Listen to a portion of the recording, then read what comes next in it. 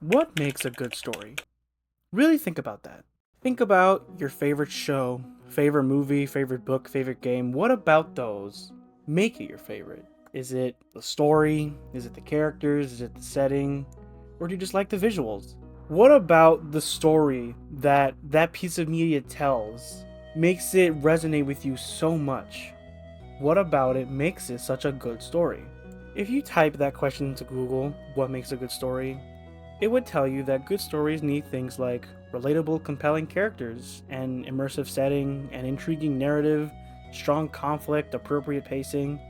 These are all true, but one thing people also agree make a good story and really ground it down, and is frankly a foundation of it, is powerful dialogue. Dialogue between characters, in one way or another, is seen often as a foundation of good stories across all forms of media. Voice actors, as many and talented as they are, exist and succeed at putting on amazing performances for the characters they play.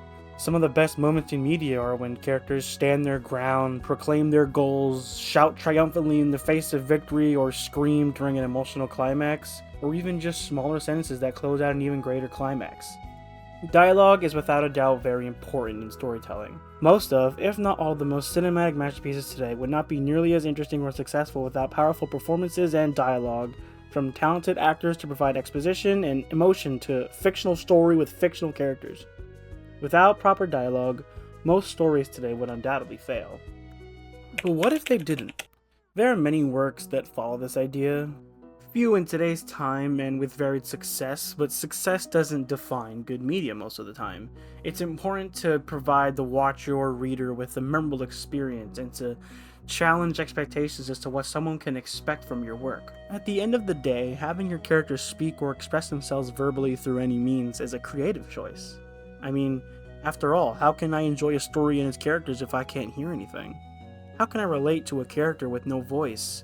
How can I understand their morals and resolves if I can't even hear their voice? Well, today I want to answer that question by taking a moment to appreciate the art of subtle storytelling and doing so without any spoken words. Welcome to instrumental storytelling. Now, what is instrumental storytelling? I mean, frankly, I've never heard that word. I actually kind of just made it up for this video. But instrumental storytelling can be described as what I just said, a story that tells itself without the use or heavy reliance on verbal expression and communication through its main characters, using as few words as possible to send your message and to tell your story. I'm sure you've heard the phrase, actions speak louder than words. Why do people say that? Well, because you can say anything. You can say many things, but what you say doesn't really have value if there's no action to show up for that. Like, let's look at one of the most iconic scenes in movie history, the Iron Man snap. Now, granted, if you isolate the scene of I am Iron Man and just have it as both a sentence and the context, if you separate the two, I am Iron Man has been said twice throughout the entire MCU, yet the weight of it and the meaning of that sentence has two different meanings, all dependent on what? The performance and the visuals provided as accompaniment for that. If you just read the sentence, I am Iron Man, from Endgame, it's just a sentence. There's no reason, but when you apply the visuals and you can see the action and the sentence played out at once, you can see Tony gasping for breath with the Infinity Stones in hand as the final act of desperation, sacrificing himself for the good of the world, vocalizing, I am Iron Man, showing that this is who he is. He's the guy who saves the world, and he's the guy to make the sacrifice play. That is what instrumental storytelling is. Instrumental storytelling is the art of the action and the art of expression. Now let's go deeper. As our first example, I want to use a movie that everybody knows, or at least that I hope everybody knows. And if you don't know this movie, I'm going to go into it. And if you haven't watched it, please do. I'm going to be very angry. WALL-E. Seriously, this movie is almost 20 years old. If you haven't watched it already, go watch it. Please, it's amazing. Now, WALL-E is a movie that I have and always will commend greatly for its use of environmental storytelling. The main character of this movie, WALL-E, does not speak a single sentence throughout this whole movie. Granted, there is the occasional robotic warbling, but I don't count those because he does not speak. Matter of fact, in the first 10 minutes of this movie, without speaking at all, this movie tells you everything you need to know about its setting and its main character. Earth has been polluted and deemed uninhabitable as an unfortunate consequence to dangers of capitalism, commercialization, and consumerism. The world is covered in filth and garbage and big corporate letters, and the only one remaining to clean up the mess and make it safe for humans to return is a little droid named Wally, which stands for Waste Allocation Low Lifter Earth Class, which is also communicated without no dialogue and pure visual. He spends every waking moment of the day from sunrise to sunset cleaning up garbage and turning whatever filth he finds into cube-like structures enough to make buildings. He's also shown to have a deep appreciation for what he does and for human culture, or what remains of it. His little home is decorated head to toe with accessories, trinkets, and doodads he collects on his expeditions, like Rubik's Cubes, bubble wrap, light bulbs, and singing fish. Here's a little song I wrote. One day, he finds plant life, and shortly after, he meets Eve, a clean robot and elegant yet destructive and powerful with an imposing presence.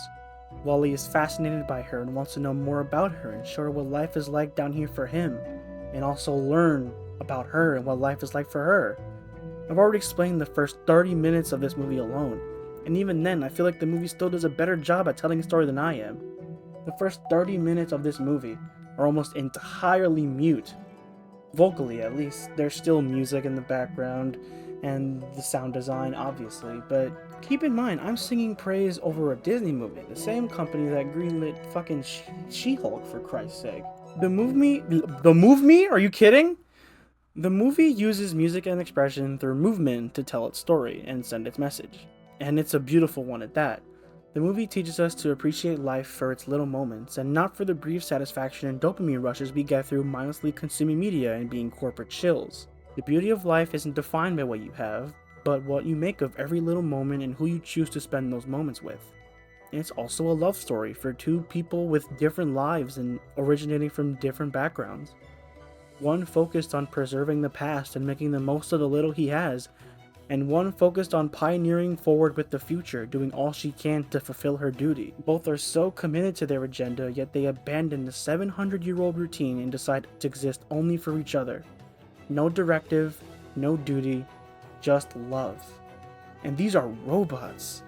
I could ramble forever about this movie's creative brilliance and subliminal messaging. It's genuinely a perfect 10 out of 10 beautiful movie that never fails to make me smile and cry. Disney will never again have a movie as amazing as this, and I feel this movie should be appreciated even more now than ever before. I rewatched this movie for the sake of this video, and as an almost 20-year-old man, I still shed real tears, and that's okay. Wall-E teaches us not to just survive, but to live, and to treasure those around you and to treasure the world around you before it's gone.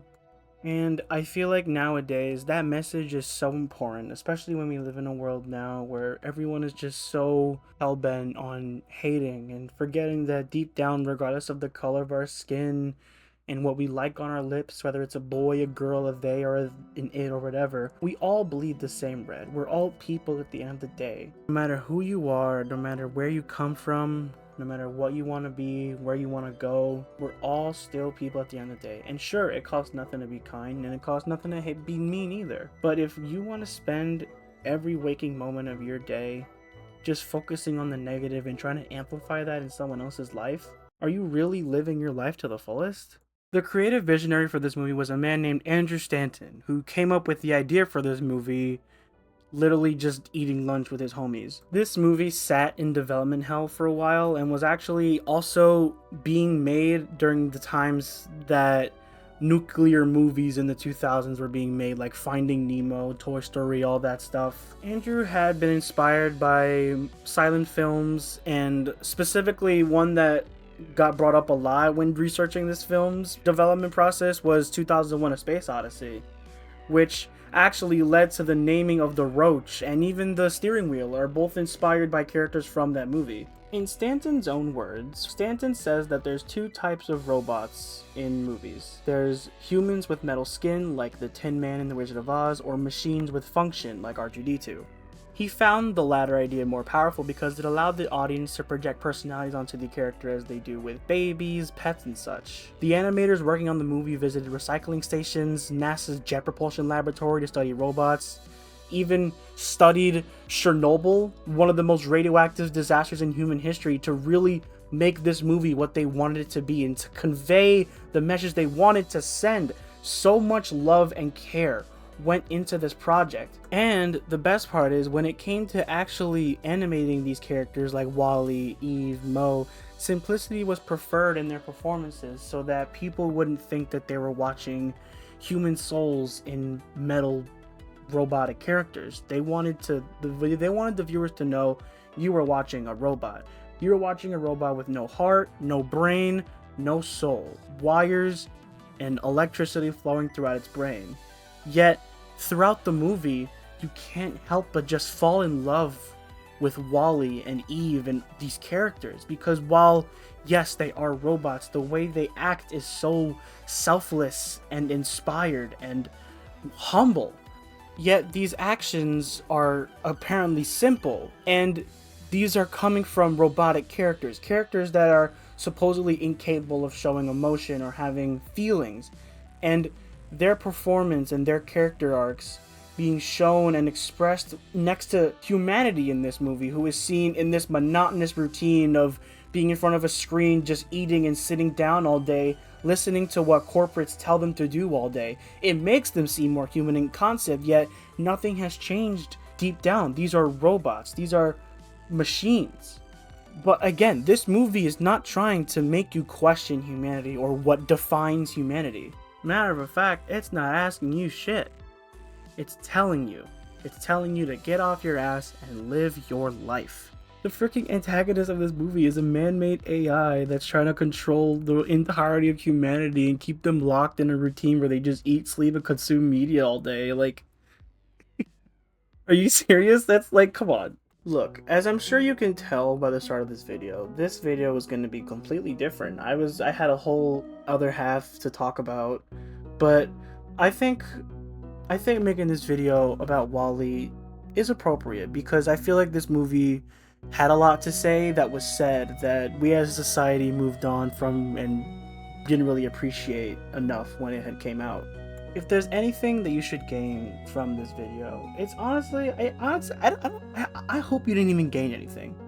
I hope you just listened to what I had to say and you understood it. Because if there's anything that you should gather, is that you shouldn't let videos and what people say online dictate how you live your life. However, Wall-E is an outstanding movie that has a message that can really be appreciated, especially in today's world. And I think disregarding that, I feel like if the world was a utopia where nothing was wrong, I still think this movie should be praised for what it is as an art form. This movie does not rely on dialogue through characters to convey its story. It relies entirely on sound design. Like, the guy who worked on this movie, the guy who did sound design for this movie also worked on Star Wars. The sound design in this movie, the music, the expression, all of it is seriously just amazing, and it flows together into what is truly an amazing movie that I think still should be appreciated. I hope you guys enjoyed.